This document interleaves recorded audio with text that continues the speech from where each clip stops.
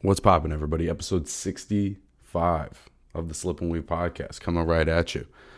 First solo episode in a little bit. No guest this week, just your boy. It is what it is. I want to talk the rematch between Charlo and Castano. I want to talk about Gilberto Ramirez's most recent performance against Dominic Bozell. And, I want to get into some of the fights next week, including David Benavidez and David Lemieux. So let's get right into it.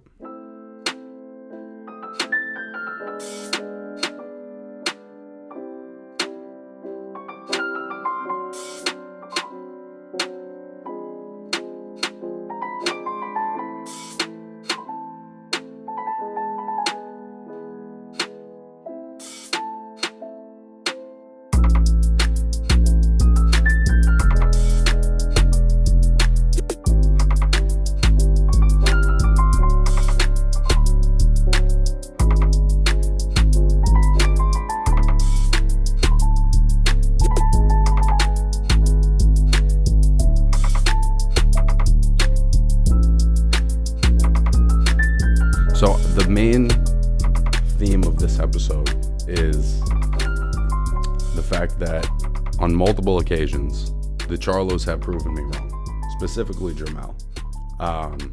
If you've been watching this show, I've made predictions that I thought he was going to lose on a couple of different occasions.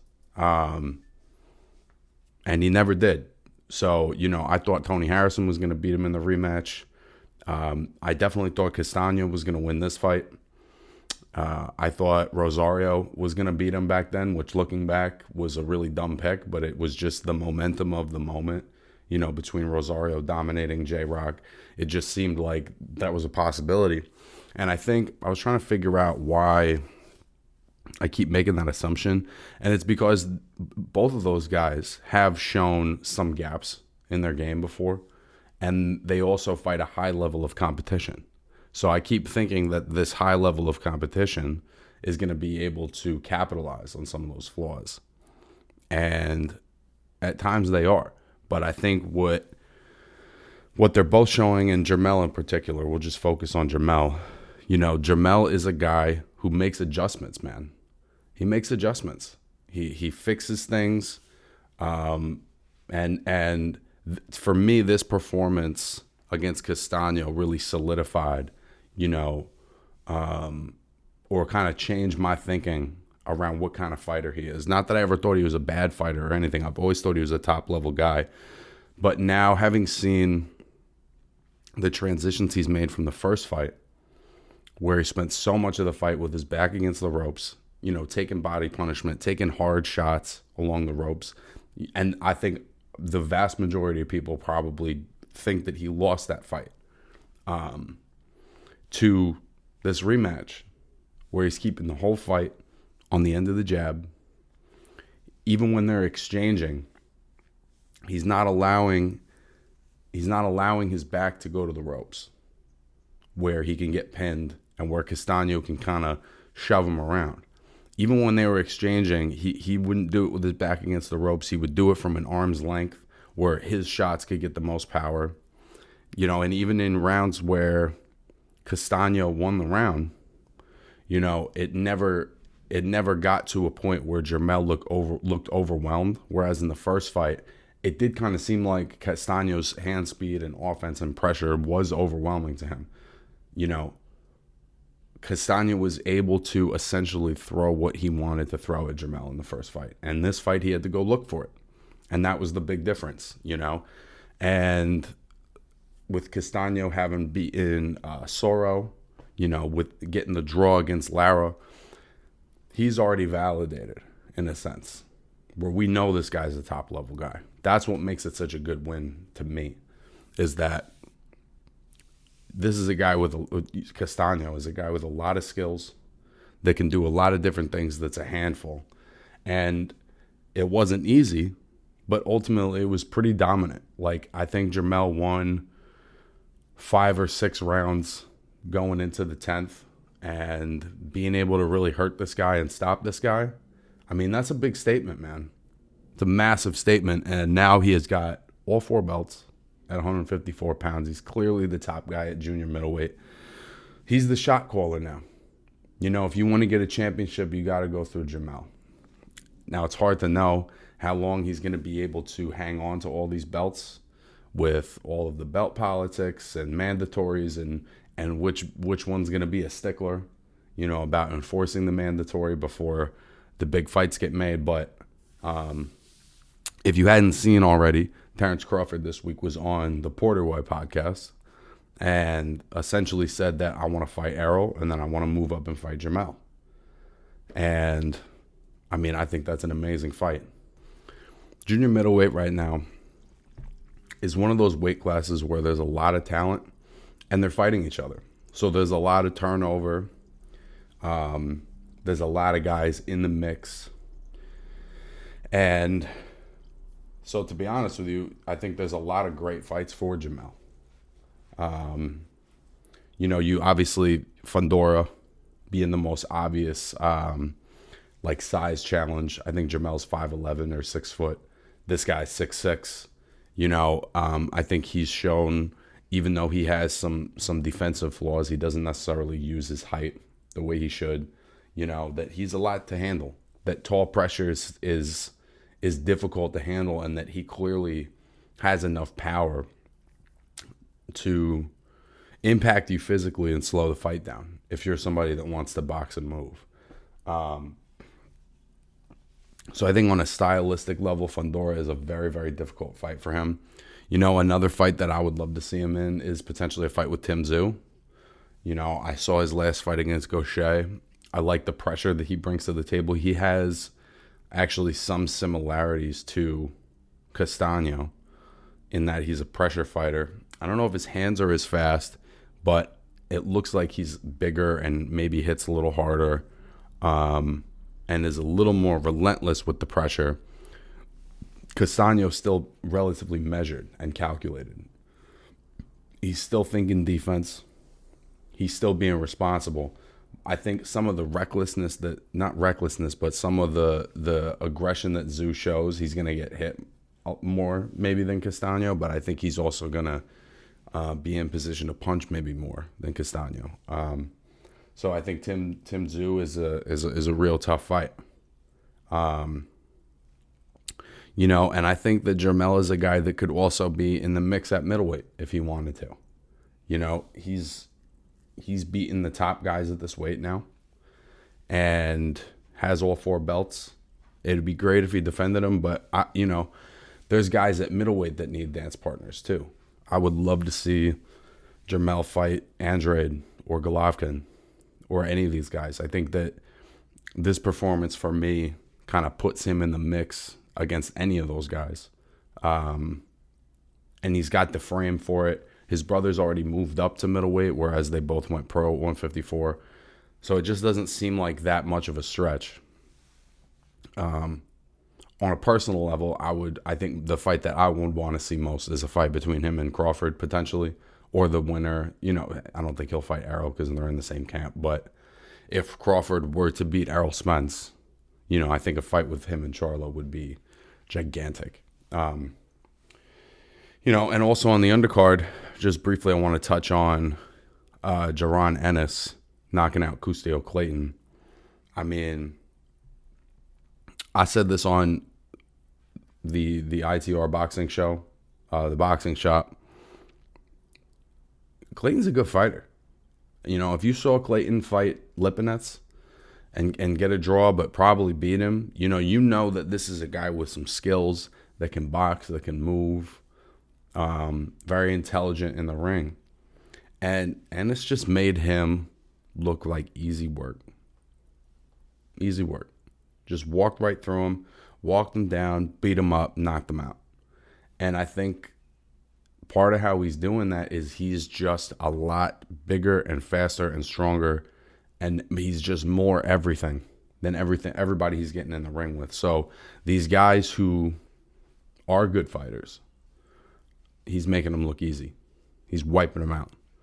So that's where I think, you know, just off of the eye test, fighting these I guess fringe contenders are the best word, but guys that are good fighters, top 20 welterweights. it's going to be interesting to see as he continues to move up that progression, those increases in competition, how those skills hold up. Because on the eye test, it just seems like he's going to smoke everybody. And at the moment, offhand, the only two guys that it would seem like could give him any kind of challenge are Crawford and Spence. Outside of that, it's hard to imagine, just based on the performances he's giving, it's hard to imagine anybody putting up any kind of resistance against him. But there is also a thing where, as you move up in competition, there's like a level of competition you can hit where your skills start to look a little bit more normal. I'm wondering if that point is ever going to come, or if he's just that much of a beast. But that's why I think it's important that we see him in with somebody like Danny Garcia or Keith Thurman, somebody that's in the top 10, but in that, or even in the top 5, but in that lower bracket of the top 10. Because I don't think Spence or Crawford are going to fight him before they fight each other. I don't think that's going to happen. So, getting him in the ring with somebody like Keith Thurman or Danny Garcia, those two names, I think, are probably the place where he's at. Even if he could get in the ring with somebody like Ugas that we know is validated. Stanionis is a real tough challenge. There's guys out there for him to fight. And he's honestly got a gigantic frame for a welterweight. It's easy to imagine him fighting at 154. Just off the top of my head, I think a fight between, same deal as Charlo. I think a fight between him and Tim Tszyu is super interesting. He's already so much bigger than all these welterweights. It feels like it's only a matter of time before he's a junior middleweight or a middleweight. And the more dominant he is over guys that we know are good fighters, like nobody's walked through Delorme that way. Nobody's walked through Lipinets that way. Nobody's walked through Clayton that way. Clayton was an undefeated fighter coming into this. So, I feel like he is going to move up, and I would love to see him against Jermell. I would love to see him against Tim Tszyu. I would love to see him against Fundora. There's so many guys that I'm interested to see him fight, and it's good to see now in the last few fights that he's fighting top contenders, or at least fringe contenders, top 20 guys where we can go, oh, okay. Like, not everybody's doing that. Sergey Lipinets went 12 rounds with Mikey Garcia, and it was a good fight. You know what I'm saying? So he's already proven that, at least at welterweight, he's in a different category than everybody that isn't Errol Spence and Terrence Crawford. That's the bottom line. Another fight I wanted to talk about was Gilberto Ramirez, dominant fourth round stoppage of Dominic Bozell. I wrote a recap of this on ITR Boxing. I'll make sure I leave the link to that article in the description. Just kind of breaking down my thoughts about this fight. But I feel like Gilberto Ramirez is a guy that's been, one fight away from the big fight for like 7 years now. Since I saw him fight Vlasov. And, unfortunately, even guys that he's beaten, guys like Vlasov and Jesse Hart and some of these other tough guys, he's fought some good competition.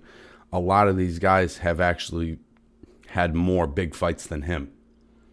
And I think that's unfortunate. I don't think it does him any favors, but he looked great in this fight. He dominated. This was frankly like a huge fucking mismatch that probably didn't need to happen.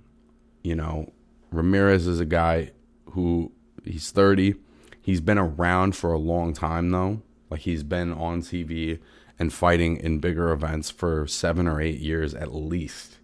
And so it just feels like there's been all of these lateral moves and stalls, and like his career, to me, just as a fan looking in, it doesn't have any real direction. Like, I don't know what we're building to. He's calling out Dimitri Bivol, which I love.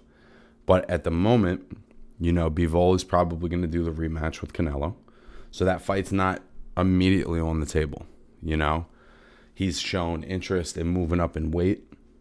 he came into this light heavyweight fight night of at 204.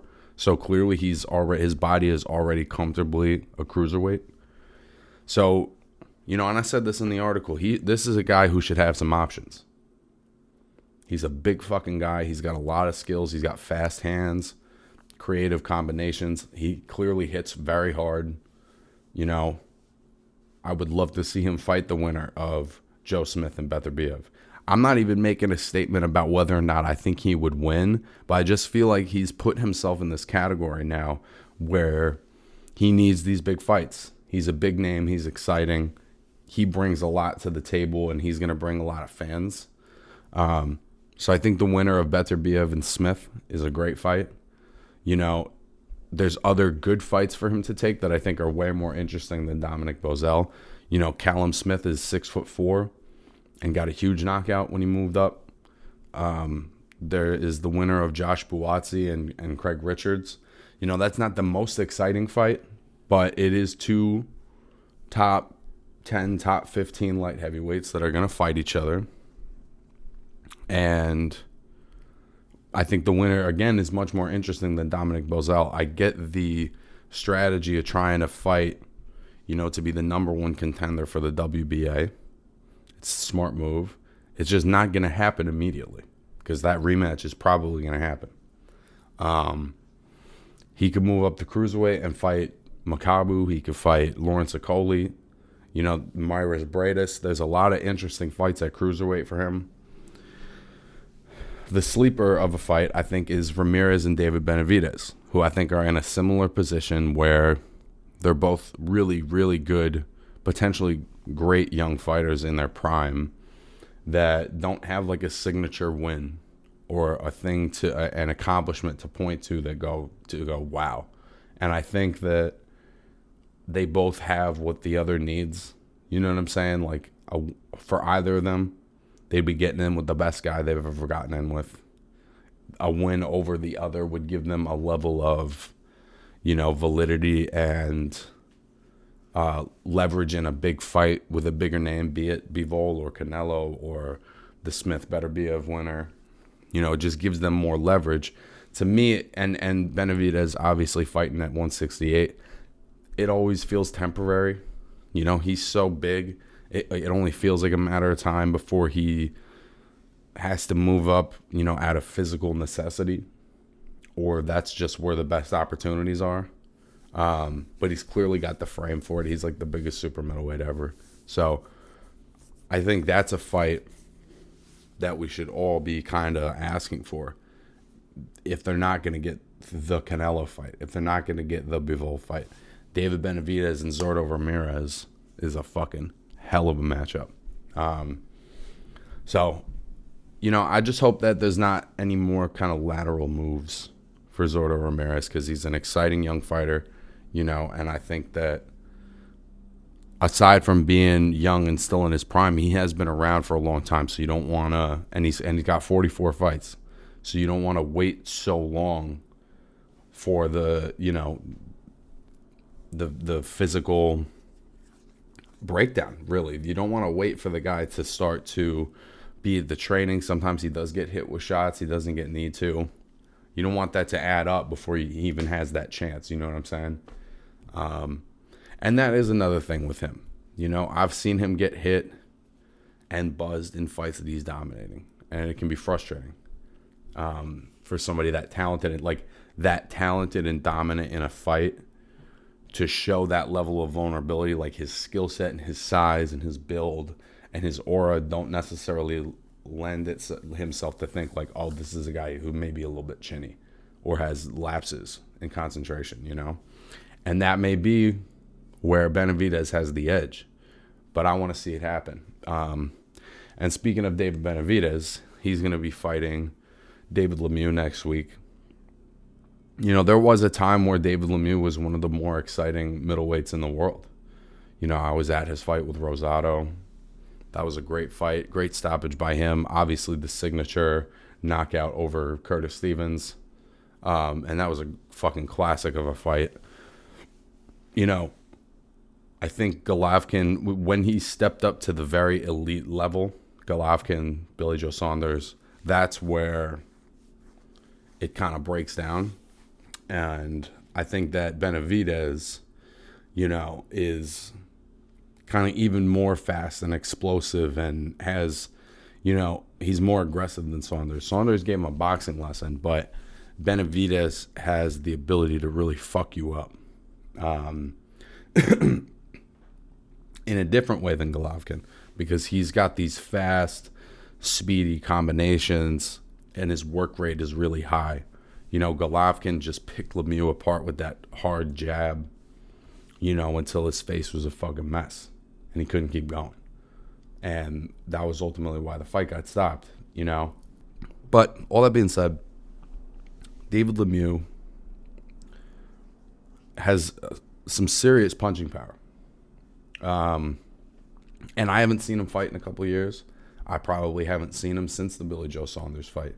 But there was a time, literally not 5 years ago, 6 years ago, where David Lemieux was a bad boy.